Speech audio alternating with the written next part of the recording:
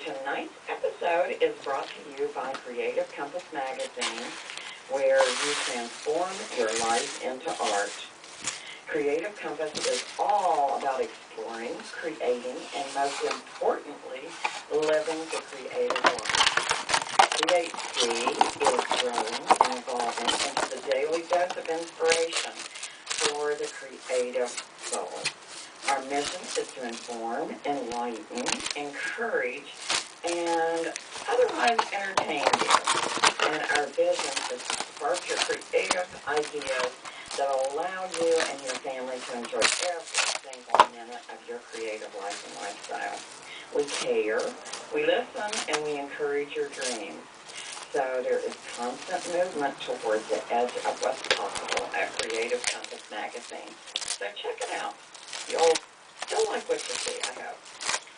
And right now, the magazine is brimming with excitement as we are having a big fall giveaway.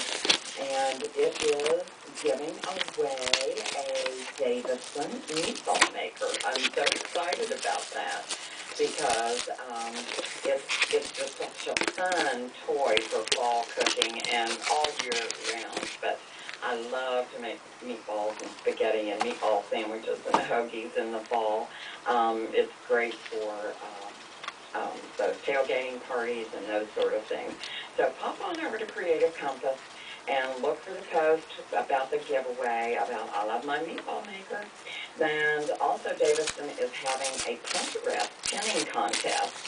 So if you go on Pinterest and look up Davison Meatball Baker, you can go in and repin a couple of things that they have on their pin board, and that enters you into the contest. And you can find all about that also on Creative Compass. So head on over to Creative Compass today and just explore and see what you find on there. So anyway, let me get Karen on here. I can't wait to talk with her. Karen, are you there? Yes, I am. How are you? I'm good, Rebecca. Okay, I want to tell you what I'm doing here. I used a bowl form and I used saran wrap, a plastic wrap of some sort. This cling wrap is what it's called, or saran wrap. You're going to put that over the bowl because you don't want the bowl to be, like when it dries, you want it to stay together, but you don't want the bowl to be permanently stuck inside your tissue paper. So you put the saran wrap over the bowl, and what I've done here is I have watered down my glue so that my glue is actually kind of a creamy substance. It's not real thick, but it's not real super thin. So that's about what you want. You want it to be kind of a cream or milk consistency. And the important thing with using tissue paper is you always have glue under and over the tissue paper. So I have 2 pieces of tissue paper on the bottom of the bowl, and I'm going to put tissue paper over the glue. So I put glue on here first, and I'm using yellow and orange as my colors.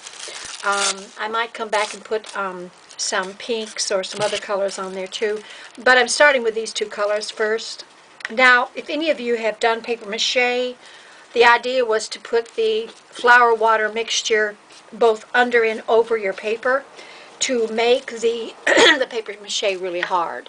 And so that's what we're doing. So the idea now is to literally cover the whole entire bowl with the first layer. Then you're going to come back and put another layer on from bottom all the way to over the sides. In other words, you're going to put like 3 or 4 layers on of the tissue paper. And the reason why is because you want the bowl to be very, very hard. And I'm going to show you an example of one of the bowls that one of my students made that, that you'll see how hard it is when it's done. So, but the idea, really I'm not going to do this whole entire thing while you're sitting here looking at me, is to cover the bowl with the tissue paper whatever color you have chosen, and you cover it once completely, then come back and cover another layer completely, and then you come back and cover another layer completely. So you should have at least 3 layers, and it's really good if you have at least 3 layers, possibly 4, when you do this technique. Okay, so I'm going to turn the camera off and come back and show you an example of what one of the bowls will look like. And so I will be back in just a couple minutes.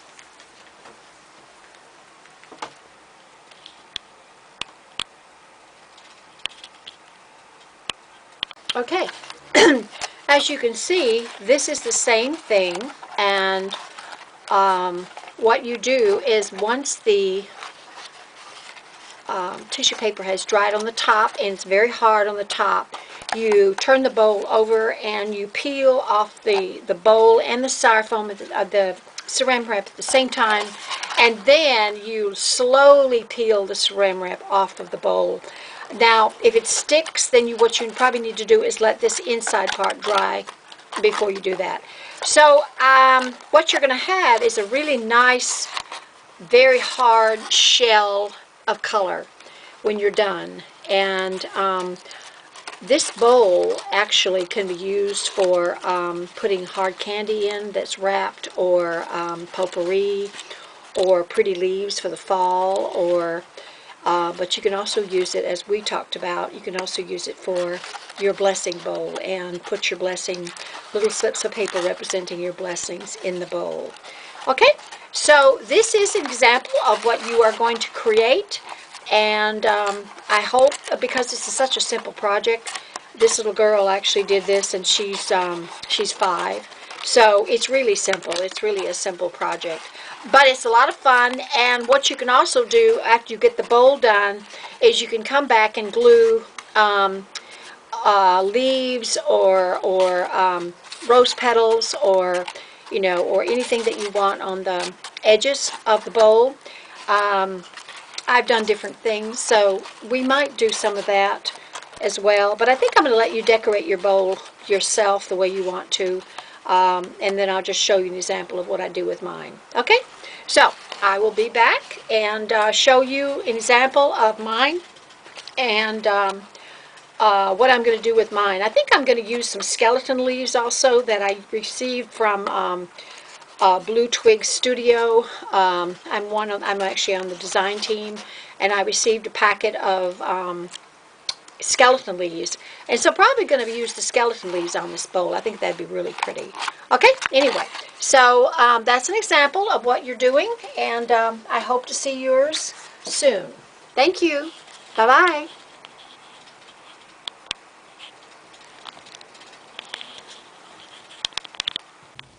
Okay, once your tissue paper shell has dried and it's hard, you're going to turn it over and take the bowl out. I've already done that. And what you'll have is you'll have the saran wrap inside the bowl. You're going to peel that off the bowl very slowly. If it's still wet, just leave it to dry. Leave it to dry inside before we do the next step. Okay? So as you see, it's still a little wet, so I'm going to let this dry overnight until it's rock hard, or like a shell. Okay?